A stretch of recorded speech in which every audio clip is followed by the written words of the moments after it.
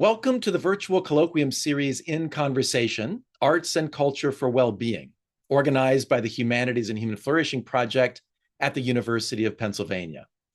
My name is James Pawelski. I'm professor of practice and director of education in the Positive Psychology Center at Penn, and the founding director of the Humanities and Human Flourishing Project. I'd like to extend a warm welcome to those who are joining us live and to those who are watching the recorded version of today's event. The mission of the Humanities and Human Flourishing Project is to understand, assess, and advance the well-being benefits of engagement in arts and culture, focusing on individual and collective human flourishing. We're grateful for support from the Drew and H.J. Heinz II Charitable Trust. You can find out much more about the Humanities and Human Flourishing Project, including our publications and how to sign up for our newsletter, on our website at www.humanitiesandhumanflourishing.org, which we will post in the chat as well. Today, we're thrilled to continue with our colloquium series, which features presentations by and discussions between scientists and practitioners on topics concerning the arts, culture, and well-being. Before we turn to our distinguished speakers for today, let me preview the plan for this colloquium. We will begin by hearing two 20-minute presentations, one focusing on science and one more focused on practice. Then I will moderate a brief discussion with the speakers before opening it up to a Q&A with all of you. At any point during the session, feel free to enter questions or comments in the chat. If you would like to share these verbally, please wait until we open it up for audience participation toward the end of our time together, and then I'll invite you to raise your Zoom hand. And with that, let's turn to our speakers. It gives me great pleasure to introduce our first speaker, Jen Drake. Jen is a professor of psychology at Brooklyn College and the Graduate Center of the City University of New York. She received her PhD in developmental psychology from Boston College in 2012. In one line of research, she examines the affective benefits of engaging in the visual arts for children and adults. In a second line of research, she studies the cognitive and perceptual skills underlying the ability to draw realistically in artistically gifted children and adult artists. Her research has been funded by grants from the National Endowment for the Arts, the Imagination Institute, supported by the John Templeton Foundation, and PSC CUNY, and has been featured in Scientific American Mind, The Atlantic, The Wall Street Journal, National Geographic, The New York Times, and on CBS News Sunday Morning and National Public Radio. She is a fellow of the Society for Aesthetics, Creativity, and the Arts of the American Psychological Association. Jen, thank you so much for being with us today. I'm pleased to turn things over to you at this point. Thank you, James, very much for that welcome. Everyone, can you see my slides okay? Yes, great. So I just want to thank James and Catherine for organizing this. I'm really delighted to be here and to be in conversation with Jordan. And I'm really glad that we were able to find a time to reschedule this session. So my research broadly looks at how engaging with drawing can improve affect. And we have drawing you can think of as universal. We have evidence of the earliest drawings, can be seen here by one of the cave paintings in Lascaux, France. All cultures have some form of image making, whether that be representational or non-representational. And art and drawing serves many functions. It's a form of communication, a way for us to understand our very visual world, a way for us to seek beauty, and I would argue a way to regulate our emotions. Now, according to James Gross, who's thought to be the father of emotion regulation research, emotion regulation is the process by which individuals influence which emotions they have, when they have them, and how they experience and express these emotions. Emotion regulatory processes may be automatic or controlled, conscious or unconscious.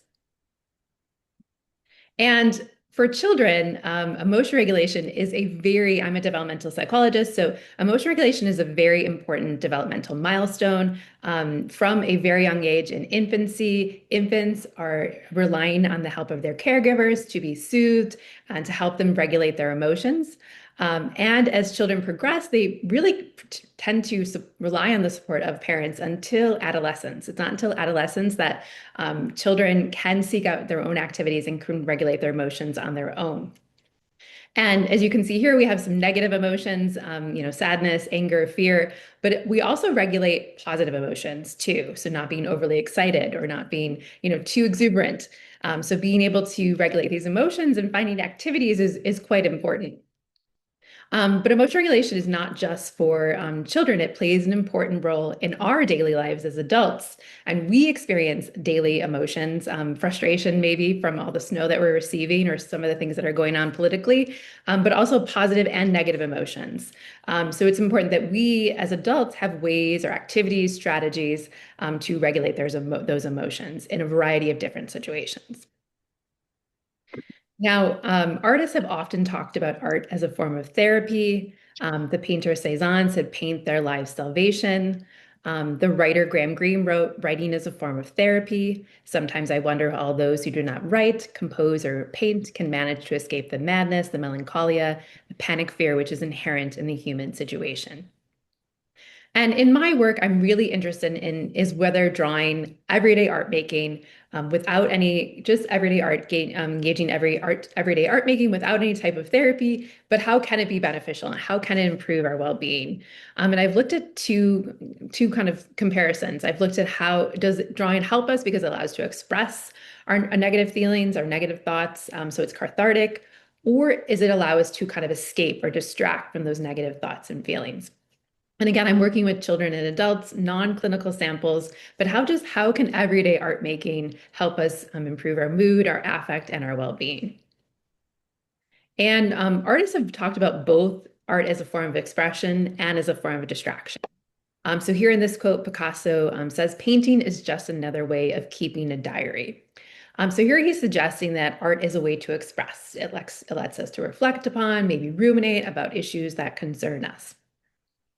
And a different view is put forth by some other painters. So we have the art to distract view. So for Renoir, for me, painting is a way to forget life. So here he suggests that art, it's not a form of expression for him, but rather a way to kind of distract or turn away from maybe things that are upsetting or our daily lives. And a similar statement was made by Van Gogh, it distracts me infinitely better than anything else. Now, there are many emotion regulation strategies, and I focus on two in my work. I look at expression, so focusing on negative thoughts and feelings, and distraction. So shifting away or turning away from those negative thoughts and feelings. And these particularly two strategies seem to really lend themselves well for art making, as described by some of those artists here, their quotes focusing on expression and distraction. So I just want to give you a roadmap. So this is kind of just giving you a sampling or kind of taste of some of the work that I've been doing in my lab over the last decade. So most of my work, the bulk of my work is looking at how drawing improves affect and whether it improves affect because we use it as a form of distraction or expression. More recently, I've looked at viewing art, and I know Catherine has done some work on that, and James as well. So, are there similar affective benefits when making versus viewing art? So, are they having similar benefits in different visual arts activities? And then most recently, I've looked at kind of whether engaging with art, specifically tragic art, negative art, can make people more empathetic. So can it make us understand others that are unlike us and making us feel their pain or making us more empathetic? So first, give you kind of just a sampling of some work I've done on distract and express and whether drawing improves affect. And I'd like to give you just kind of an overview of my experimental design. I'm going to start with some work that I've done with children. So first in my studies, there's some type of sad mood induction. For children, we asked them to think of a time when they wanted something really good to happen to them, and it didn't, and they felt really upset and disappointed. So we're having them focus on a disappointing event, reliving this or focusing on it for about a minute. After that minute, they have their eyes closed. We ask them to open their eyes and recall the event to the experimenter. And then we randomly assign them to one of two conditions. So using drawing to distract or drawing to express. And in the express condition, we ask them to draw a picture of the time they were, and we name the event they thought of. And they tend to think of mild things, so not being able to get a toy, not going to a friend's house, maybe getting a bad grade in school. And then in the distraction condition, we try to have something very neutral, so a house. And then in subsequent studies, we had children draw a tall building, which was meant to be very neutral. So we give them 5 minutes, piece of paper, markers. And so here we have an example of one of the houses in the distract condition. These are 6 to 12-year-olds. This is probably a little bit on the younger age, this distract drawing. And in the express condition, this is a child here. If you can see this turquoise, child in the turquoise with the little frowny face, she was unable to go on a play date with a friend. So this is the drawing that she made. And then after drawing, we actually measure their mood or affect at 3 time periods before and after the mood induction. So we want to see if they are in a more sad or negative mood, and then after the activity. And so that allows us to see first, does drawing improve mood, and whether there are differences between the distract and the express condition. Okay. And so for our affect rating, it's similar to a pain scale. We present them with these 5 faces. We ask them to indicate how they're feeling, points from very happy to very sad. Okay. And so we include 2 age groups here. We have the 6 to 12-year-old age group. So researchers has shown that younger children, these 6 to 8-year-olds, they're more absorbed in the act of drawing than older children. As children enter middle childhood, they actually become very critical of their drawings. They're very self-conscious. And they're engaging also in other activities. So it may be that younger children who are less critical of their drawings, are more absorbed in the act of drawing, are more likely to engage in it on a daily basis. They may show more benefits, and drawing might be more helpful for them than the older children. On the flip side, these older children, these 10 to 12-year-olds, they are playing a more active role in regulating their emotions than younger children. Their parents are still helping them, but they are more active than, say, the younger ones. So we tested these 2 competing hypotheses. And so I'm going to just orient you to this graph here. So we have younger children, older children along the x-axis, along the horizon, and then on the vertical axis, we have the numbers, how much they affect change. So higher score is better. It means their affect is improving more. And what we find is that in the distract condition, this orange bar here, affect improves more than the express condition. And we find this is more so for younger than older children. So it seems distraction is beneficial for both children, younger and older, but more so for the younger children. So I won't get to talk about this now, but in subsequent studies, I've looked at, how does drawing? We see that it does improve affect, but how does it improve affect? This study in graduate school with Ellen Winter, we compared copying versus drawing to see whether there's differences when you make something on your own and be a little bit more creative versus drawing. And in this more recent article in Frontiers, we looked at the role of enjoyment and absorption. So are children who are more absorbed in the act of drawing or who enjoy it more, do they show more benefits? We also looked at what children draw kind of spontaneously. So if you just give them no instructions, are they using it as a form of distraction or expression? So we won't get to this now, but I just wanted to put this out here that these are 2 other articles with children. And I would say much of my work has been done with young adults, so undergraduate students. And so children, they are involved in drawing, they do it in school, they're doing it at home. Adults, not so much. So can these results extend to adults? Does drawing improve mood or affect, and does it do so because of a form of distraction? So we make some adjustments to these studies to make them more adult friendly. So there's a more complicated a questionnaire of asking about their affect and how they're feeling. In the distract condition, we ask them to draw from observation. So this is a person drawing their shoes. In the express condition, we ask them to, instead of the event, we ask them to draw their feelings and thoughts about that event. So a little more abstract for, a child wouldn't be able to understand that as much. And we give them about 10 minutes. You can also see the colored pencils as opposed to markers. So we make these more like adult-friendly versions of our task. And what we found in one of our initial studies, we found that we replicated these findings with adults, that drawing to distract improves affect more than drawing to express.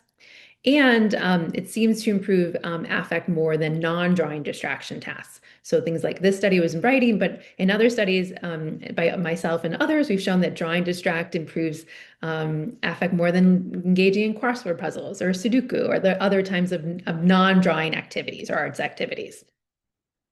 And then in my lab, we've been able to extend this to other affective states. So it's not just sadness. We also find that it extends to anger and anxiety, that when drawing is used as a form of distraction, it reduces anger, it reduces anxiety. And we found that these are also in other non-drawing but arts activities. So coloring seems to be beneficial. You may remember 10 years ago we had like a coloring craze. Coloring books were everywhere. So this is when we did this study. We showed that coloring is also beneficial. And then another study we showed that when poetry is used as a form of distraction, it also improves affect more than when you use it as a form of expression. But I should note these are like kind of a single session, 10 to 15 minutes.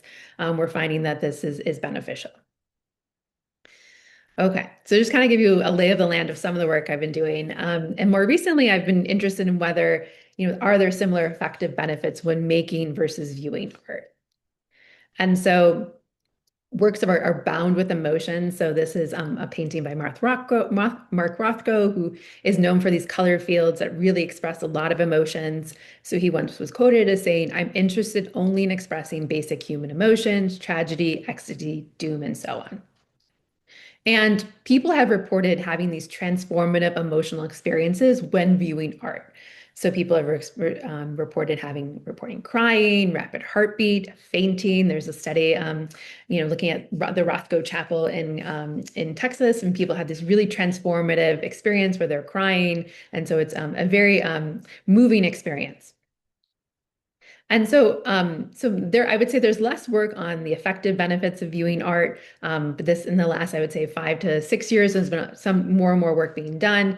The work is somewhat, some of the results are mixed. So we know that viewing art in a gallery does reduce stress, but this seems to be more so for males than for females. In some cases, the benefits are only found in qualitative interviews, not standardized measures. And of course, qualitative interviews are very helpful, but having this mix match is a little confusing. And then viewing art online improved affect, but it did so as much as kind of viewing an online cultural exhibit. So there doesn't seem to be this benefit for viewing art being more beneficial, although you could argue that viewing a cultural exhibit may be a form of artwork, a form of art. And to the best of my knowledge, only one study has really compared making versus viewing art and seeing, whether there are differences. So in this study, the making art condition, participants were asked to draw for 15 minutes, just a free draw. And in the viewing art, it was also 20 minutes. They were asked to sort famous artworks based on pictorial content. And what they found is that making art reduced negative affect more so, and anxiety more so than viewing art. But I would say, however, sorting art is not really engaging with art. So I'm not, it may be that more of the task of sorting may have been boring. I'm not sure. But I would just say that's kind of a caveat that viewing art is much more than sorting, images based on pictorial content. So with some thesis students, we compare the benefits of making versus viewing art. Um, and so in our study, it follows a very similar design as the one I mentioned in the beginning of the talk, where we have a sad mood induction, and then we randomly assign participants to a condition. So here we had people either make art and we had them do, we want to make sure the content was the same. So we had them just draw a design or we had them view abstract art. And so it was a series of images that they viewed on a PowerPoint on a computer. And then for a mood induction, we had them watch a clip from The Champ, which is a young Ricky Schroeder, very upset here, very emotional, and looking at whether or not making versus viewing art improved affect and whether there are differences. And then we also were interested in whether what role enjoyment and flow play. So that flow is like thinking of how absorbed are people in the activity? Are they losing a track sense of time? Are they losing a sense of self-consciousness? Are they really absorbed in the activity? Kind of in the groove, I think of. Okay, so Here, so a lot of numbers and graphs, but I just want to tell you, so we have the orange and blue bars here. Basically what we found, so we measured negative affect, so anger, sadness is kind of a composite score here. And so what we find here is if you go from before the mood induction to after the mood induction, we find that in both conditions, negative affect is increasing. And I think that makes sense. They're watching a very emotional clip. They're feeling more sadness, maybe more anxiety from watching it. And we find after the activity or after engaging in making and viewing art, that negative affect goes down. So and it was significant. So we're finding that negative affect is going up after watching the film clip, and then it's going down. And then for positive affect, we find a different story. So here we find that after viewing the film clip, both activities decrease positive affect. However, after engaging the activity, only making art increased positive affect, and viewing art actually decreased it. And we looked at the role of enjoyment and flow, and we found that in the making art condition, this blue bar here on the left-hand side, they enjoyed the activity more in the making art condition than the viewing art condition. And in terms of absorption or flow, the making art had like a slightly marginal, like almost significant, they experienced more flow than the viewing art. And we looked at this further, we found that this flow, this how absorbed they were in the activity, was associated for mood improvement in the positive affect in the making art condition. So for the making art condition, when you were absorbed in the when you were engaged, had more engagement or more absorbed in the activity, you experienced more positive affect and improved.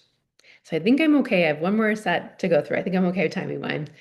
So more recently, I'm looking at whether viewing tragic art can make people more empathetic. And so I'm going to give you one study. We're doing some more studies in the lab, but I won't be able to present them here.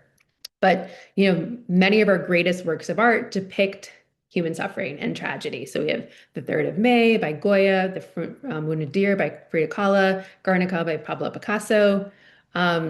And we know it seems plausible that engaging with these negative artworks may make us more empathetic. And research has begun to show that empathy plays an important role in our meaning making of visual art. If being more empathetic scoring high on empathy is also associated with greater aesthetic engagement when viewing a work of art. And then reading a narrative about suffering increases empathy for marginalized groups.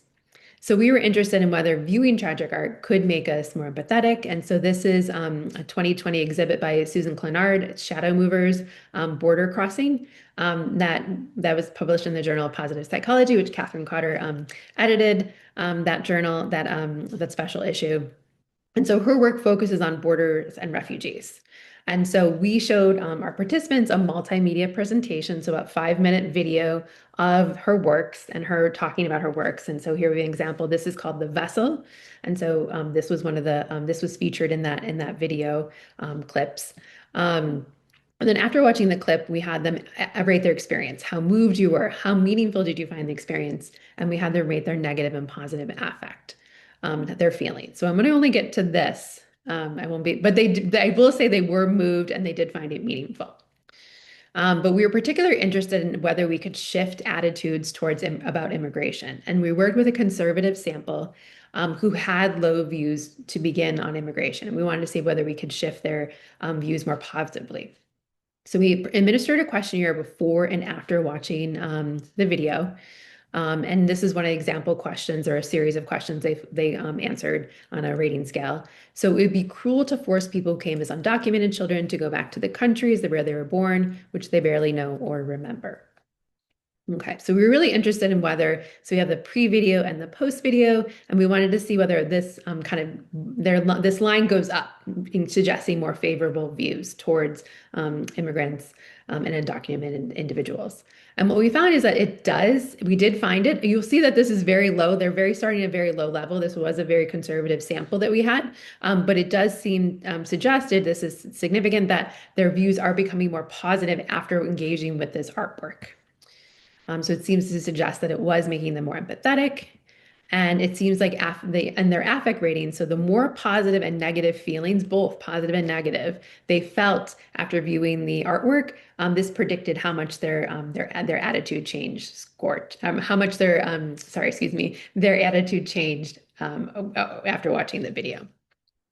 Okay, so in summary, I think I did pretty good time-wise. So drawing to distract improves affect more than drawing to express. I've shown that with children and adults, a variety of affective states, different activities.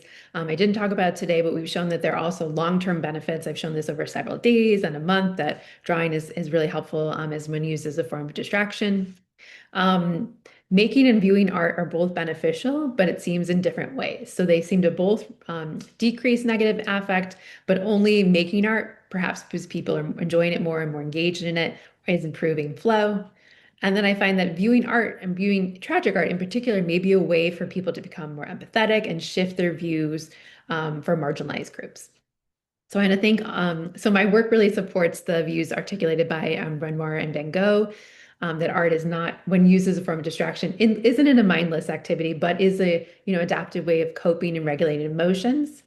And then finally, thank you all of you for listening. But I also like to thank my lab, the Arts Development Lab at Brooklyn College, the National Endowment for the Arts, PSC CUNY. And this work started when I was in graduate school at Boston, so Boston Museum of Science, Boston Children's Museum, and more recently, Brooklyn Children's Museum and the Met. And of course, many research assistants at Boston College and Brooklyn College who helped collect especially the child data, it took a long time to do. So yeah, thank you all. Terrific. Thank you so much, Jen. That was really fascinating. And we look forward to talking about that a little later on. At this point, though, I want to bring in our second speaker. Our second speaker is Jordan Potash. Jordan is a registered, board certified, and licensed art therapist and registered expressive arts therapist. He's an associate professor in the art therapy graduate program at the George Washington University, a practitioner focused on grief, and former editor of Art Therapy. Jordan is primarily interested in the applications of art and art therapy in the service of community development, cross-cultural relationships, social change, and peace building. Jordan, welcome. Really eager to hear what you have to say to us today. Thank you all for the invitation. Jen, it's really nice to be in conversation with you again. It's been quite a few years. I'm looking forward to continuing this with you all.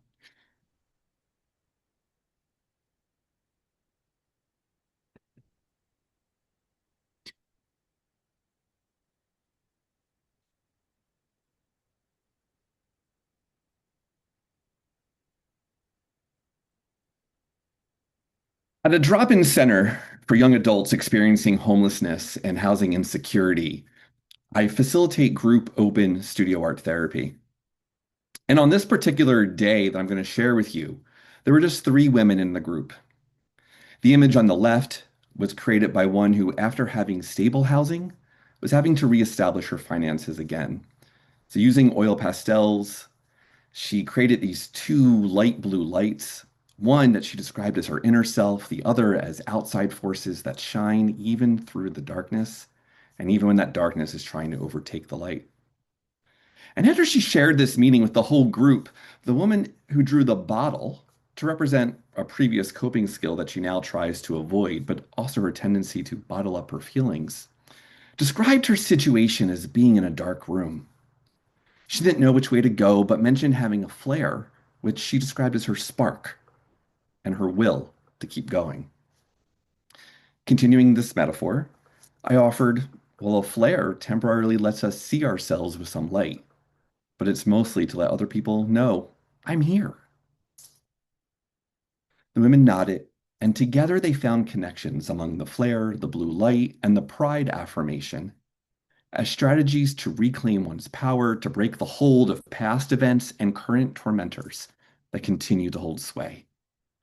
And each of their stories, they were unique, but they were informed, and I would argue enhanced, by their shared moment in art therapy.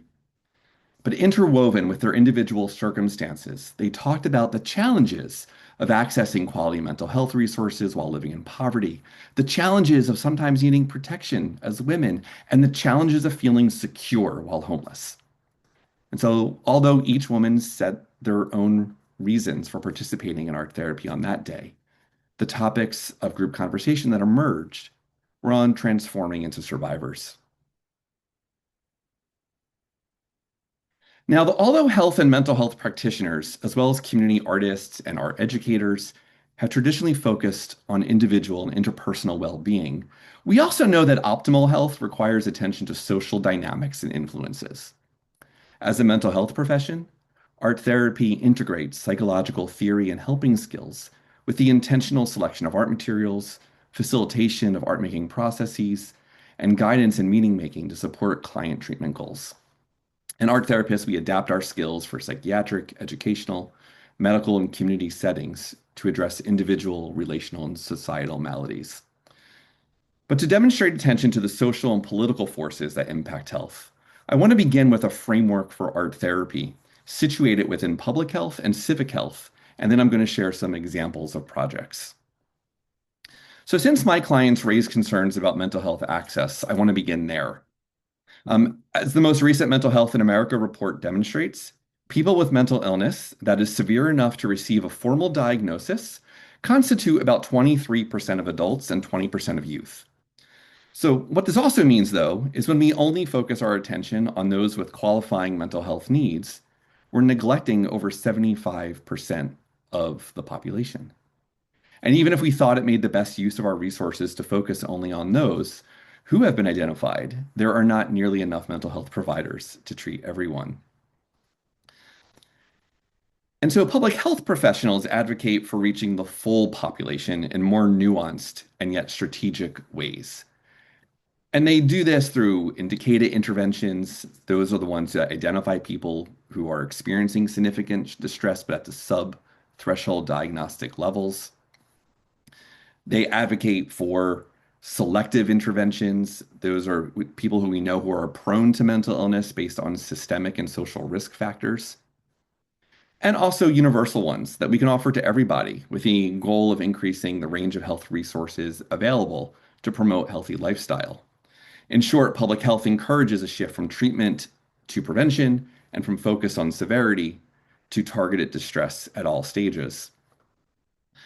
But a crucial component to robust public health and health-informed social policy is a responsive system of government. The Health and Democracy Index tracked voter access to health outcomes and found that citizens who can hold their elected officials accountable for equitable health policies are more likely to experience increased health. So much so that the American Public Health Association put out a policy statement that ensuring access to voting is a crucial component of public health.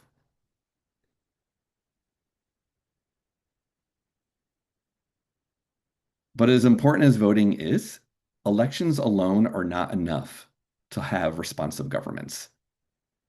That entails guarantees of democracy, which includes political freedoms and political equalities. So political freedoms, political rights, these speak to the way citizens are able to influence their government's decision makings. Elections are part of that, but also includes how the political minority whose chosen candidates did not win an election still have rights, and a functioning civil society that's independent judiciaries, checks and balances, transparency, and policies that fulfill citizen expectations. And it includes political equalities or civil liberties, which speak to the general environment of politics, freedom of expression and beliefs, the right to organize, adherence to the rule of law, and high degrees of personal autonomy and civil rights. So although a good deal of attention goes to voting access, all of these areas are equally important to a functioning democracy, which is why it is so concerning that democracy around the world is in a decline.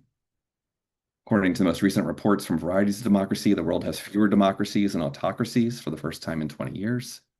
And it's particularly troublesome then for those of us and our clients whose voices are not well represented or often heard by policymakers and decision makers.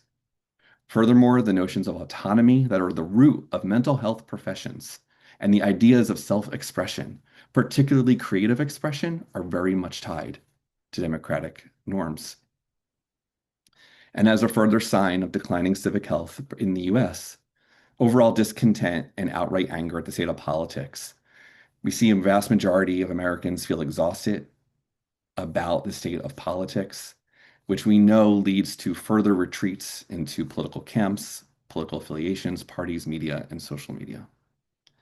The political polarization risks the democratic norms that we need to live in a pluralistic and diverse society and to ensure a responsive government attentive to its citizens' needs, including health, mental health, and other ones.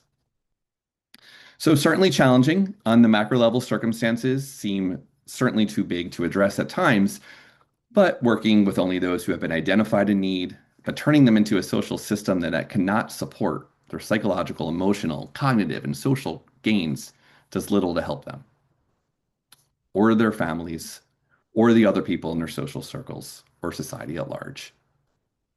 So the work that I do tries to call for a boldness to consider all of these multiple factors of engaging health and emotional regulation. And one of the ways I've done that is by turning to the field of peace building. Peace building includes addressing negative peace, that's the cessation of violence, but also positive peace, that's increasing the presence of human rights and justice. And both are particularly relevant. And psychologist Ryan Nemec identified the characteristics associated with inner peace, relational peace, and conflict management that can be cultivated. And these then lead to direct interventions for enhancing individual, public, and civic health. And so now for the remainder of my time, I'm going to share some examples of projects that I've been a part of that specifically demonstrate how the arts generally, but really through an art therapy specific lens, can enhance our abilities to make meaning of our experiences, gain compassion of others' suffering, both of which are essential to living in pluralistic societies, whereby we can tell our own stories and be able to witness another's. So following the murder of George Floyd back in May 2020, activists who support Black Lives Matter in Washington, D.C. began affixing protest art and signs to a fence erected at the White House. My art therapy colleague, Lindsay Vance, and I regularly attended these demonstrations, but turned to our art therapy knowledge into curiosities about the activist art we were witnessing around us.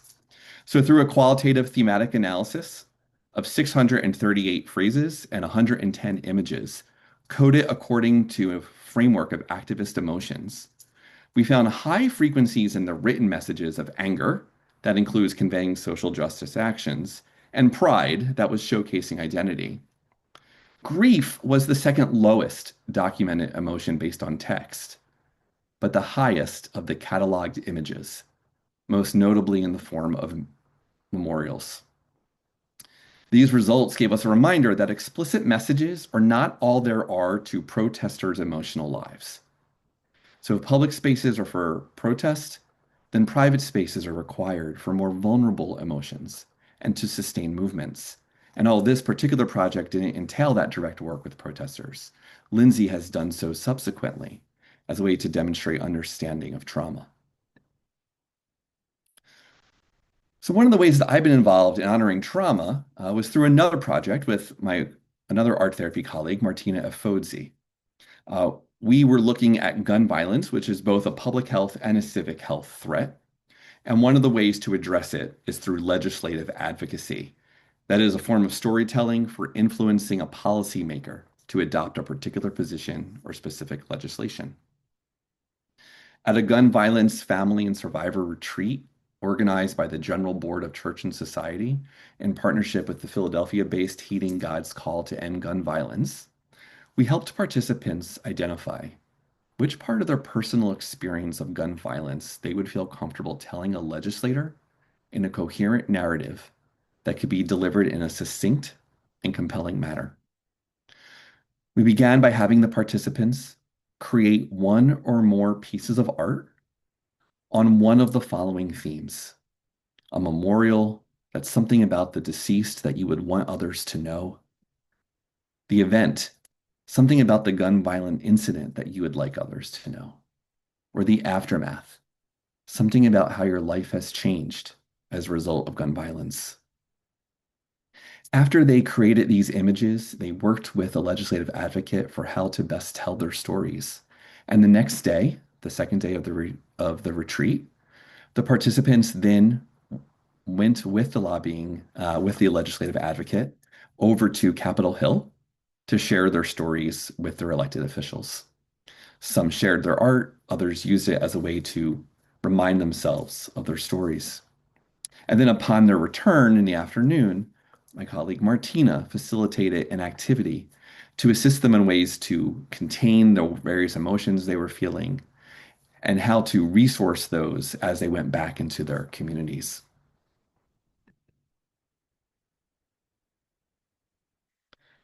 During a recent workshop I facilitated at an art exhibition in Washington, D.C., by Ukrainian artists who were expressing their experiences of the current war, viewers were invited to create their own art as a way to contemplate an artwork they selected as particularly meaningful.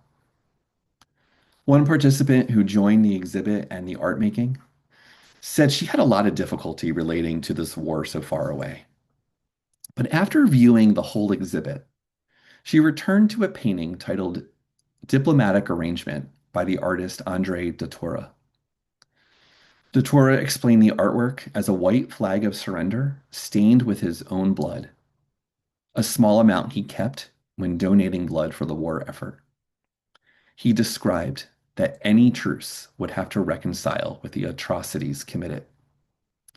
Now, the participant selected Datura's artwork because she experiences sporadic nosebleeds, and the painting made her wonder how she might develop a different perspective of blood. From that, she developed an initial connection to what the artist expressed, which she deepened with her art, we call response art, that combined the colors of Datura's artwork with more shocking splashes of red, as you can see in the oil pastel drawing that she created. And although she had a sense of empathy, she was still disheartened that a shared feeling was not enough to make any real difference in a war, especially one so entrenched and so far away. The group then, the assembled people who looked at the exhibit, began to discuss how both viewing the art and creating this art helped them to replace doom scrolling or ignoring media with intentional ways to stay engaged, pay attention to suffering in all of its forms, and find ways to get involved with meaningful service locally, either in direct relation to the war effort or other ways to counter injustice. And to further conversations across differences, my colleague Albiji Mabodi and I, along with several art therapy students, join me in adapting cross-political and intergroup dialogue strategies with art therapy practices in community settings, in museums, and in other forums. Participants created art to reflect on a personal experience that led them to their current social, cultural, and/or political outlook. The purpose was to help them engage with each other through storytelling, not debate. Participants created stories related to past acts of discrimination, world events that changed their minds, opportunities they've had to engage or interact with other people, and other such events. Overall, participants described how the workshop helped them become more informed about why their views are so personal to them and understood how the same could be true for others. And the art therapy-based reflections then led to a broader sense of curiosity about self, about others, and the social forces that impact us all. In another example, we took inspiration from Dr. Martin Luther King Jr.'s Revolution of Values sermon, in which he describes the importance that each of us needs to, quote, transform the jangling discords of our world into a beautiful symphony of brotherhood, end quote. And in those workshops, we began by having participants create individual images to represent personal narratives of injustice. That is, injustice they received or injustices they witnessed. And we encourage them to focus on the thoughts, the feelings, the bodily sensations of those injustices, not to create a political protest art about what the exact injustice was. They then combined those images with others in a small group to create murals of what injustice looks like. And they did this to note commonalities across different situations. Having then honored injustice They then collaboratively transformed their murals from injustice into visions of justice. And then as a group, we noted what artistic strategies they used and how those artistic strategies can parallel actions to take in the world.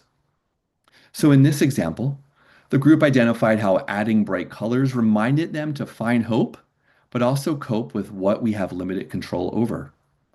By collaging intentional symbols, this led them to identify intentionality in their communication with others. By adding symbols of love, how they could work together to expand collaboration.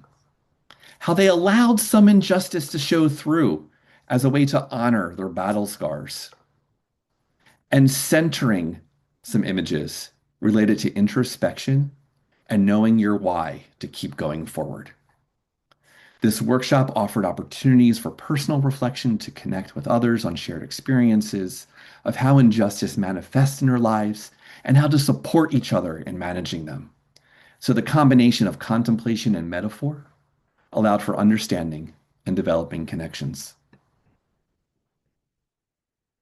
For me, one of the most exciting and inspiring aspects of being an art therapist is that I get to be part of a profession that has so much to offer in just about every conceivable sector and social issue. We have ways to shift, to pivot, and to adapt to a broad range of health and civic needs by facilitating contemplation on intersections of individual and societal health, guiding citizens in storytelling and story listening, and realizing creative solutions when engaging with each other, engaging with policymakers, and engaging with the world. There are many challenges facing our world right now, and there will always continue to be. But this isn't something to despair about. The world is imperfect at times. It's unfair at times. It's broken at times. But we need to remain solid in our foundation to best figure out at any one moment how to best meet current needs. Art making and art therapy provide us with the tools and frameworks to make whole that which is imperfect, improve that which is unfair, and to mend that which is broken. Thank you for your time. Some references for you from my own work if you'd like to follow up on any of these projects, and some more general ones if you'd like to see what I was using to consult this work.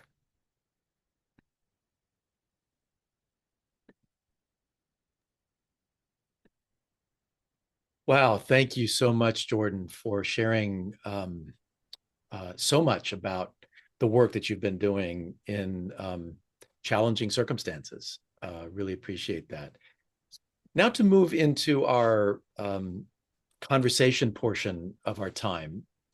Jen, I'd like to start with you, if I might, just by inviting you to comment on what Jordan just shared with us based on your experience as a researcher.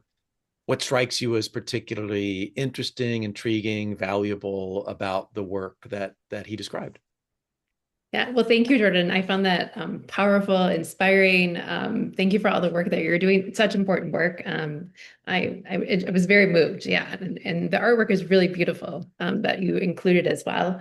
There was a bunch of things that came to my mind. It was just so interesting. But one thing, and I love how it cut across, different, unfortunately, we have all these things going on, like Black Lives Matter and gun violence and injustices that, people are coping with. But I was really struck that, like, through the process of art therapy and art making, that the art served many purposes, that it was an experience for the art maker, but also people viewing the art.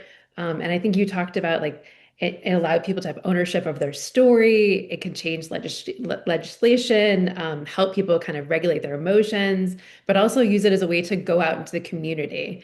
And I was wondering if you could speak and how, I know that was your colleague, but how can we use this art making after having the experience to go out into the community to make this change? Yeah. But thank you so much. It was really inspiring, your talk. Yeah. I really appreciate that, Jen. And that question, it connects so nicely to some of the things I noticed from your presentation. I think one of the ways we do that is by sharing our art intentionally, but also remembering that people who are viewing art also might need some strategies to Mm. be able to receive that art and to receive a story. What, often blocks us from being able to receive art is kind of our own blocks. I mean, modern art does its own injustices at times by making art inaccessible for some people, but not really. People just don't know how to read it in that way. And so, when I think about how do we make that available, it's how do we encourage people to create art that is personal and meaningful and expressive to them, and also bring it into situations where people can receive those stories. And one of the ways we've done that, or one of the ways I focused on, is by having people make art back, by Mm. really harnessing that contemplative aspect of art making, the parts of art making that you identified as being able to bring in flow and bring in enjoyment in its like broad sense. Because of course, looking at a story of suffering does not bring enjoyment, but being able to form a connection to somebody can. And if we look at empathy in the way that Carl Jung defined it as being able to form a connection to somebody else, then like all of this starts to come together. Um, and when I was listening to your presentation, I was really struck about the ways in how meaningful it can be, or how important it can be for someone to create art in that distraction mode, so that they can temporarily release themselves from distress. Because we do know that one of the things that gets in the way of forming empathy with somebody else is our own personal distress of hearing somebody's story. There's plenty of empathy research about that. And so, your example of how to help people connect to the plights of immigration and migration, if we can remove ourselves from our own distress for a moment and know how to manage it, then we can open ourselves up to connect. No, I think it's really beautiful. And in that study, we actually asked people to focus on like their most painful experience, to recall that, to describe that, and also a non-painful experience. That they didn't have a choice over. And it kind of like allowed them to express themselves. And then we had them kind of like connect to just the work of art. And it was very short. And I was also thinking too, because I really like the idea, like we have so much doom scrolling right now. And I really love when you talked, I don't know which piece it was, but the art making process, it really allowed them to like focus their attention on something else, that they weren't using this like doom scrolling and getting to this. And they were really being more intentional, which I really loved, that they were being more intentional with how they're engaging with social media, which I thought was a really amazing like kind of after effect that you found from like art making and engaging in this process. Yeah, I'll just be clear. I'm not sure we found that they stopped their doom scrolling, but that was part of the Ukraine war exhibit. But what they described is that this way of when we offered them a way to create art, again, and the way this works when we do this in museums and gallery spaces, is we invite workshop participants, and I've done this at the U.S. Holocaust Memorial Museum and also at other types of galleries, is one, to have viewers find a piece of art that they just feel connected to, that they find meaningful. So we're not forcing a certain, like you have to connect to this story or that story. So we're giving autonomy and allowing people to make their own choices, so that they can find the story that resonates with them. But then encourage them to make art to slow that down. So what is it about this art that is meaningful to you? What is this connection about? And what we found is that it does allow people to tap into suffering, but in a way that is manageable and allows that connection to be made. And I think that's where the participants in that particular workshop made the connection to doom scrolling, where you just get overwhelmed, right? Seeing all of this suffering, you just become overwhelmed and then you retreat. And again, we know that from the research around empathy and justice and cross-political and cross-cultural differences, that when people start to feel overwhelmed, they're going to retreat. That's a trauma response. And so this idea of let's use the enjoyment, flow, contemplative aspects of art making to tap back in and to maintain connection so that we can still be citizens for each other. Yeah, that's so important. I mean, what aspects do you think about? Is it in the enjoyment, the flow that allows them to kind of be involved in this process, or? Yeah, I mean, it's funny. I've never, I mean, I know the research on both. I Yeah. think I've often tried to connect it more to mindfulness and Mm. Right. contemplation, which just comes more from my background. I didn't share this in the bio, but for my 8 years of living and working in Hong Kong, associated with the Center on Behavioral Health, which focus on holistic health and Chinese health practices, mindfulness has become quite important in the way that I conceptualize the work that we do. But also some more recent things I was doing in our on-site clinic around the tenets of psychological flexibility, Mm. that if people can still connect to their values and their motivations and move through the difficulties by reconfiguring their resources, they can come out stronger on the other side. And I think that art making helps us do that. And so your research in particular about how that bringing about those states, whether it's, you know, temporary distractions so that we can reconnect, or act positively activating joy and flow, I think is one of the tools we can do that with. And just speaks so lovely to like the different facets of art. The viewing of and the making of have so much to offer. No, So definitely. can I piggyback off that because I think that's a really fascinating point that struck me as maybe a point of difference between the two presentations, but also potentially a point of connection. And I'd like to frame my question initially to you, Jen, Mhm. because if I heard Jordan correctly, I think many of his examples were, I wouldn't say they were either about expression or about distraction mostly. It seems to me that they were mostly about reframing, right? And so taking that example of, for example, the injustice mosaic that they did, um, and then transforming and saying, okay, now how do we change that into justice? And that doesn't mean we get rid of the injustice, mural. There are some scars that you mentioned, some visual scars that remained from that. But it's a matter of transforming it in the sense that and that's part of what it means to be an author, I think, right? To be able to tell one's own story, not merely as a reaction to something that happened to one, but as someone who is living one's life in a complex environment with not everything under one's own control. So, Jen, I'm curious what your thought is about that notion of reframing. Do you think there is some reframing that is happening in the distraction or in the expression, or is reframing perhaps a third area that would be valuable to explore?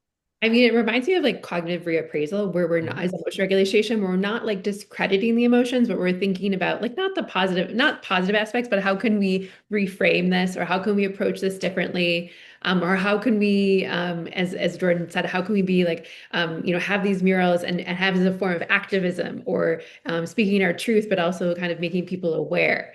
I don't know in terms of like the distraction process, whether people are using it purely, I mean, I could assess that. Were you thinking about other things? Were you thinking there's a different approach?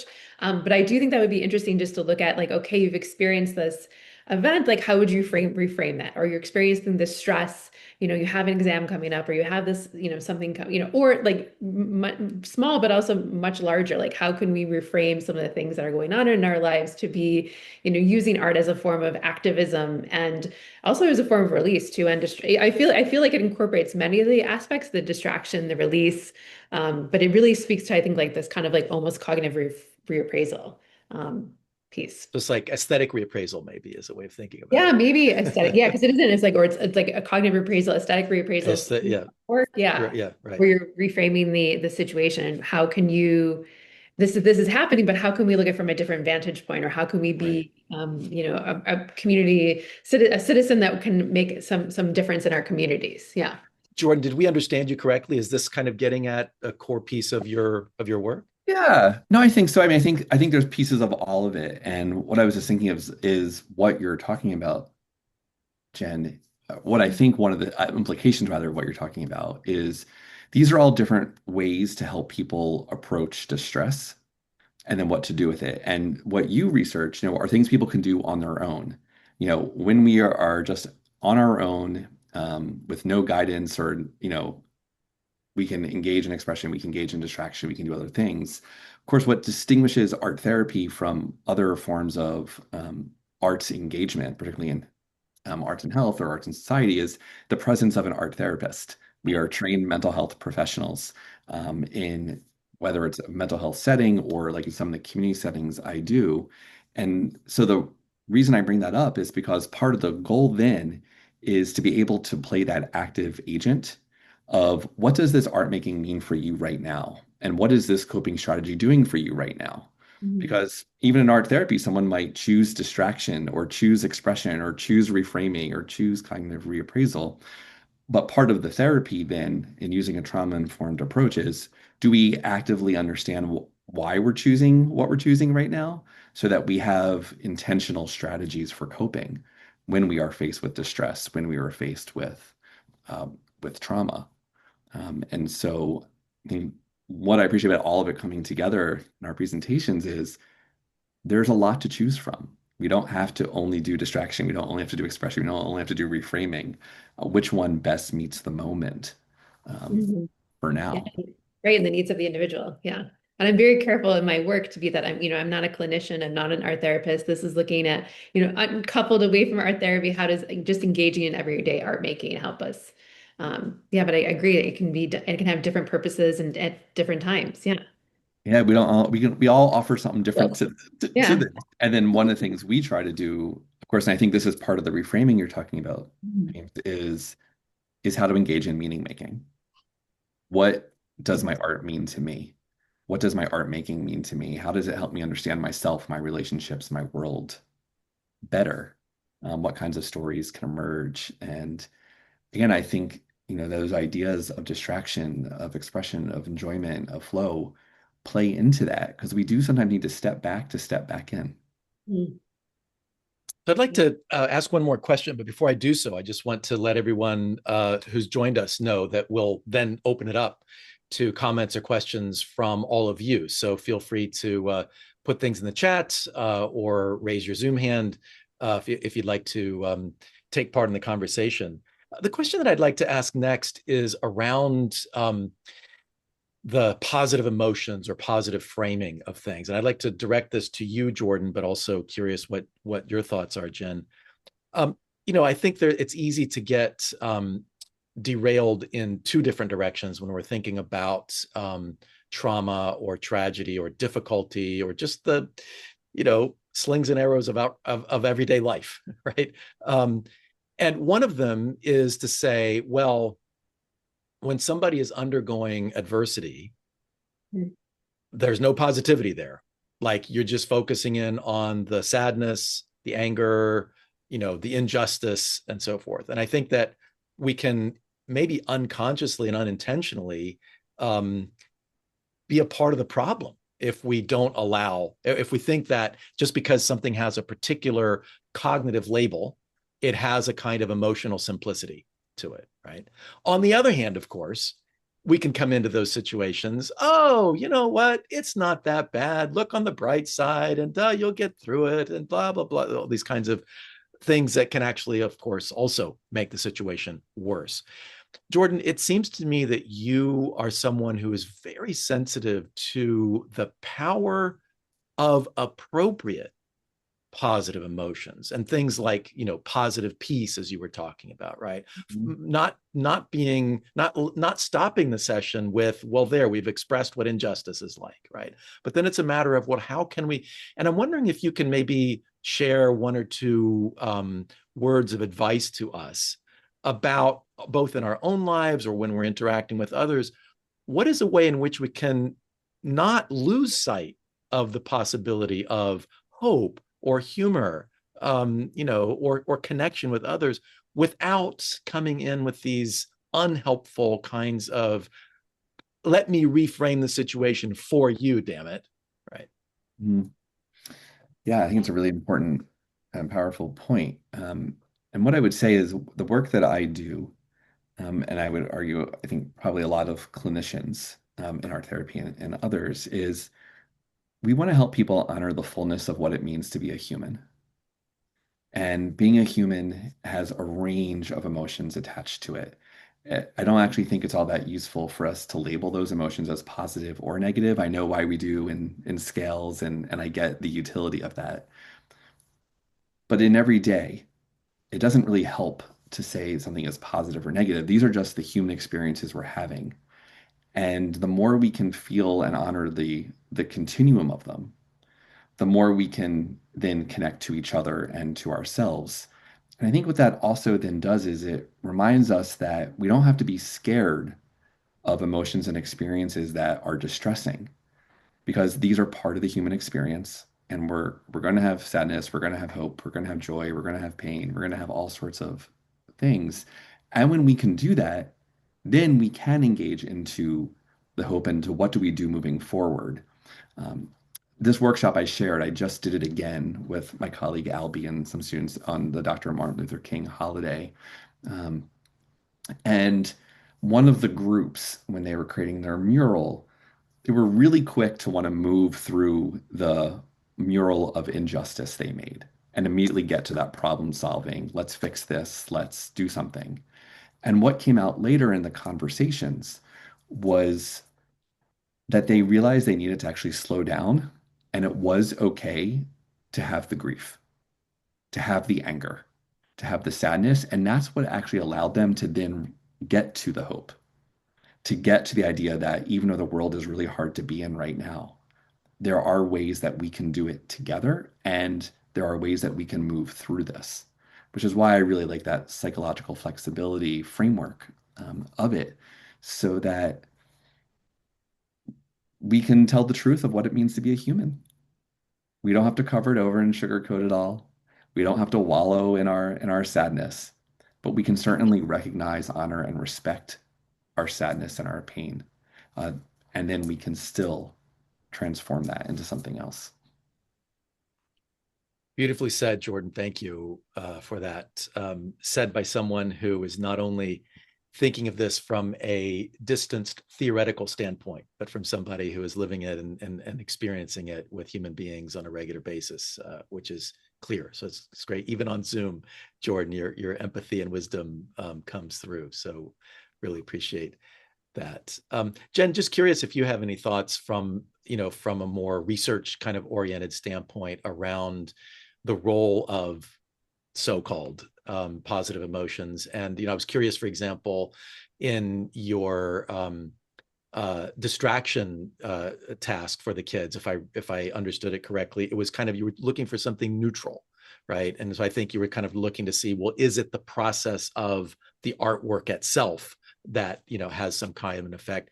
Did you try, or have you thought of trying, or do you think it would work to try perhaps to have a kind of positive kind of prompt? Do you think it would annoy people when they're frustrated? I didn't get to go to my friend's play date, and now you're trying me to write about or draw something beautiful. No, I don't want. Or would it help to the undoing effect that positive emotions can sometimes have? Right. I also want to comment. I think that was really beautiful, Jordan, what you said too, that we need to acknowledge these negative emotions. It's okay to experience negative emotions. I think that was really beautiful what you said. We haven't, I feel like that is on my list of things to do, is having like kind of upregulate and having them draw something that's positive. I haven't quite done it, so it is on my list of things I think would be really interesting to look at. Yeah, and I can try to remember the rest of your question, but now It was just also just speculating. Like, do you think yeah. that, like, I'm just curious what you think Yeah, might happen? I don't think children would be annoyed, because I think that they're happy drawing. I know the house, we originally started with that, and that was kind of, we thought maybe people were, might be, we had reviewers who commented, well, maybe they're thinking about their own house, and that could have positive or negative, feelings attached to it. And so we tried to do the tall building. I don't know. I think that adults may be a little bit more, maybe they would be the ones frustrated, but I'm not sure that they would be, I'm not sure if they would make the connection, because they're just asking them to do it. I don't know Right. I think if you were doing that and say, okay, you're really upset now, you've had this really horrible experience, now draw something positive, I think that would elicit Yeah. a negative response from people. But I have wanted to look at that, like kind of this upregulation, and whether we can have people draw, or like draw a positive, or even the cognitive reappraisal, the reframing it, like looking Yeah. at different emotion regulation strategies, I think would be really interesting. Um, Yeah, and I think it's important too to have that, like, it's okay, like those viewing of the negative artworks, we do experience both positive and negative emotions when viewing like tragic art. Like we can like it, but also feel that empathy and that sorrow and that pain. And that seems to even be related to how much we like the works of art and our experience and aesthetic engagement. So I think we can have these two things at once, experiencing both positive and negative, and have it be beneficial. Yeah. Indeed. Yeah. Thank you, Jen, for that. And with that, let's open it up to anyone in the audience who would like to share a comment or a question. Feel free to put it in the chat or raise your Zoom hand, and we'd be delighted to welcome you into the conversation. Christy, let's start with you. Thank you both. I've worked in public history, museums, and civic engagement, as well as have a background in art and studio art and art history. And so I think both of your presentations resonated with me, and I think are incredibly prescient with where we are right now. I have two questions. One is for Jordan. I heard you talk about empathy and the lack of having empathy as arriving at when we are too afraid to sort of enter the stories of others. That's maybe how I interpreted what I thought I heard.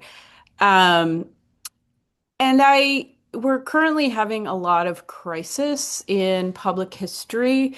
I mean, here in Philadelphia, the panels were taken down in the last week from the president's house.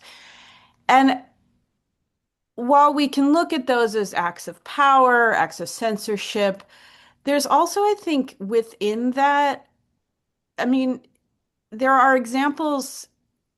I think that people who are making those choices are not just saying this didn't happen. Sometimes that's the case that they're saying. I think it's really that, yes, this happened and we don't care, or we don't care enough to let you hear that. And we don't think that broadly, culturally, we can handle the complexity of, a nation's first president who also, you know, crossed legal lines and enslaved people. So I think I guess it's interesting to me thinking of like both the sort of emotional origins of some of those questions as well as the more obvious kind of political ones that are at the core of maybe acts of censorship in public memory and public stories. And I'd love your thoughts on that. And secondly, for Jen, I was really interested in your categories of distraction versus expression. And I think Dr. Pawelski got into some of that as well. Um, in art history, when I think about the tradition of drawing from life, it really comes, at least in in the Western tradition, it really comes maybe not from a distraction, from a humanism and a way of engaging. Like for high Renaissance art, let's say, like painting a human is a way of saying, like, I see you. And so, I'm wondering about this word distraction. I understand why you would use it because, especially in like doom scrolling culture, we use that word all the time. And I sort of, when I say I'm feeling distracted, like I wonder what it is I'm after that isn't distraction. And is it engagement? Is it connection? How is that distinct from the art that is expression? And I think certainly there are, cultural questions in cultures that don't have as much of a tradition of like drawing from life, or where those two things, the expression and the representation, are a little more melded. I know those are big questions, but that's kind of where I'm left with both of you. Thank you very much. Thank you, Jen, Christy. did you want to start? Sure. Or do you want me to? I No, it don't want to doesn't put you on matter. the spot. It doesn't matter. I guess I can go. Thank you, Christy, for your question. And I really love that. I love like I see you. Like I really love that idea of, how they using drawing as a, or if your experience this like as a way to acknowledge, like I understand what you're going through, or I see you if you're drawing like a human figure. And I think that gets to James' point about distraction. Like we asked people to kind of focus on things. We gave them prompts where we gave them, draw your shoes or draw this house or draw a house or draw, something from your imagination. But we don't, we assume that these are kind of neutral things, like if I'm asking you to draw from observation, but it may elicit, positive feelings like I like doing this, or negative feelings like I don't really know what I'm doing. How do I even draw? And these are non-artists that I'm working with. So I don't know. I mean, it's something I have to tease apart and ask a little bit more questions. I do know that undergraduates who come to my lab, these are mostly my participants in the adult studies, they're not artists, and they are very, some of them are a little, a few, not a lot, but are self-conscious. And I'm like, I can't draw. And I'm like, we're not. And I try to be like, we're not worried about that. We just want you to draw. We're not looking at your skill level. But anytime you do something and you're giving it to someone, you think, if it's a written document or it's a drawing, you might think it's being evaluated. So I don't know whether they are using it as a positive or a negative form of distraction. I do think, it's kind of, you asked about connection or engagement, flow, absorption. We've looked at flow and absorption, and that does seem to be a difference that we're finding between our conditions, where people who are enjoying like the distraction condition overall seems to enjoy it, being more absorbed in it. So it seems like it's an engaging activity. Whether it's a form of like connection, I don't know, but that would be an interesting question to pursue in future research. So you definitely gave me some good ideas. Thank you. Yeah. I guess I'll just add to Jen what you were saying, that I mean the work that I try to do really is rooted in connection, is viewing art for the purpose of connection, creating art for the purpose of connection, and that as an antidote to distraction in some ways. In the maladaptive forms of distraction can be really useful, and there are also maladaptive ways in which distraction can be utilized. And I think that connects to the question about what does it, mean that when we as individuals try to censor out part of our own stories or try to negate or deny some of our own stories, that can also happen in the body politic. Mm. And as we know from 100 years of psychology, 100 years of psychotherapy, rather, that when we try to push our own stories away so far, that doesn't ultimately make us healthier. Mm. It just makes us more disconnected from parts of ourselves.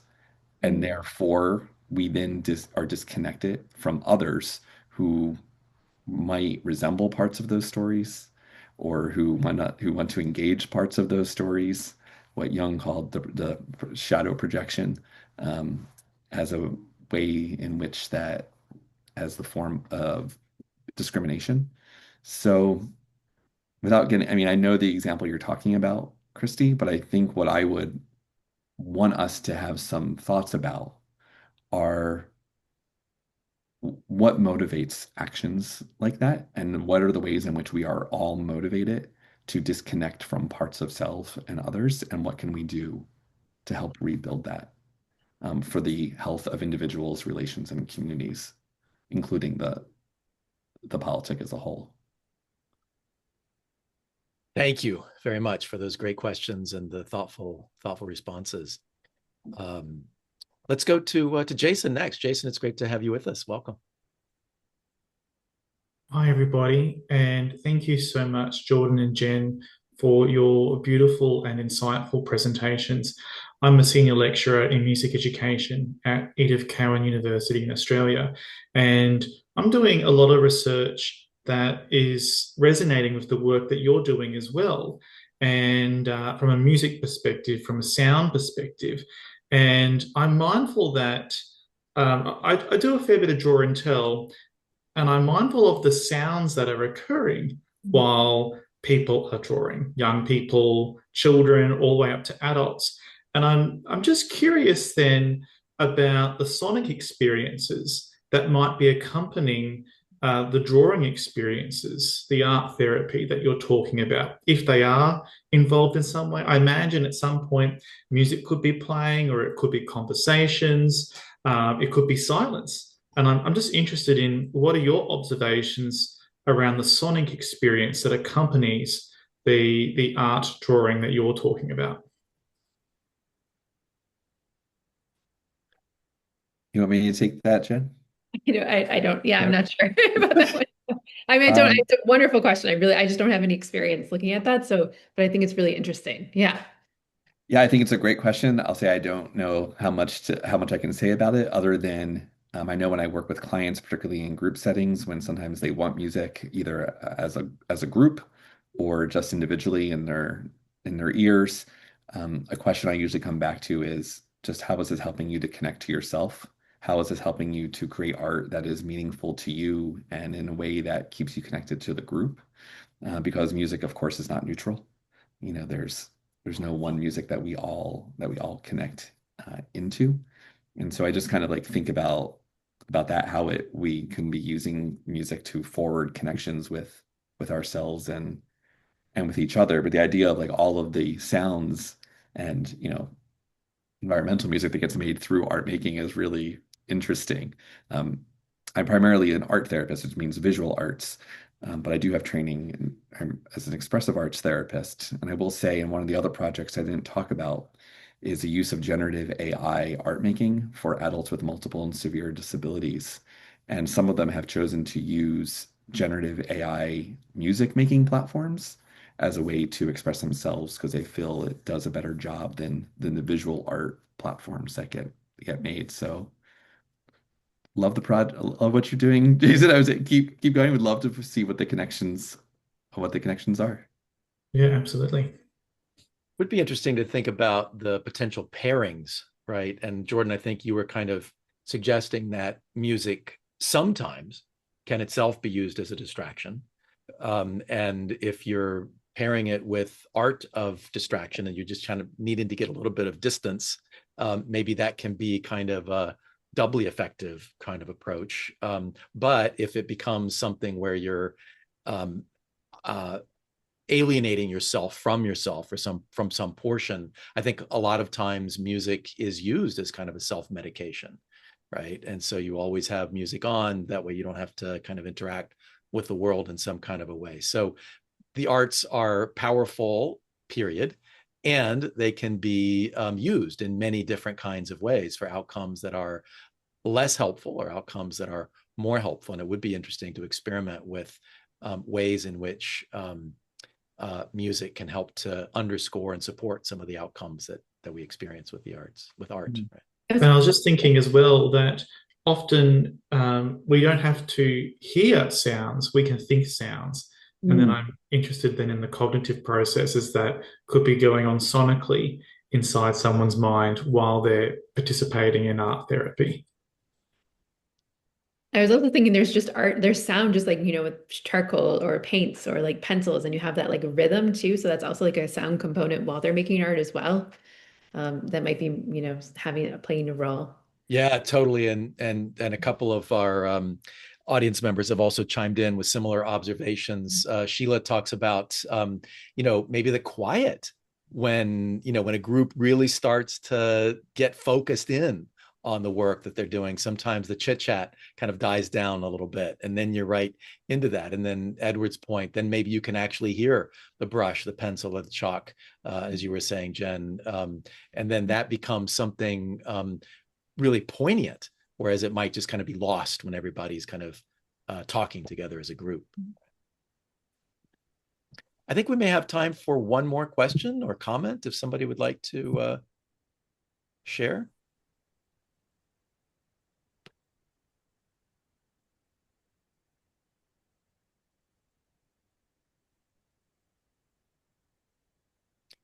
Sheila notes in the chat also that intentionally creating an experience with items that when used might create a particular sound would be an interesting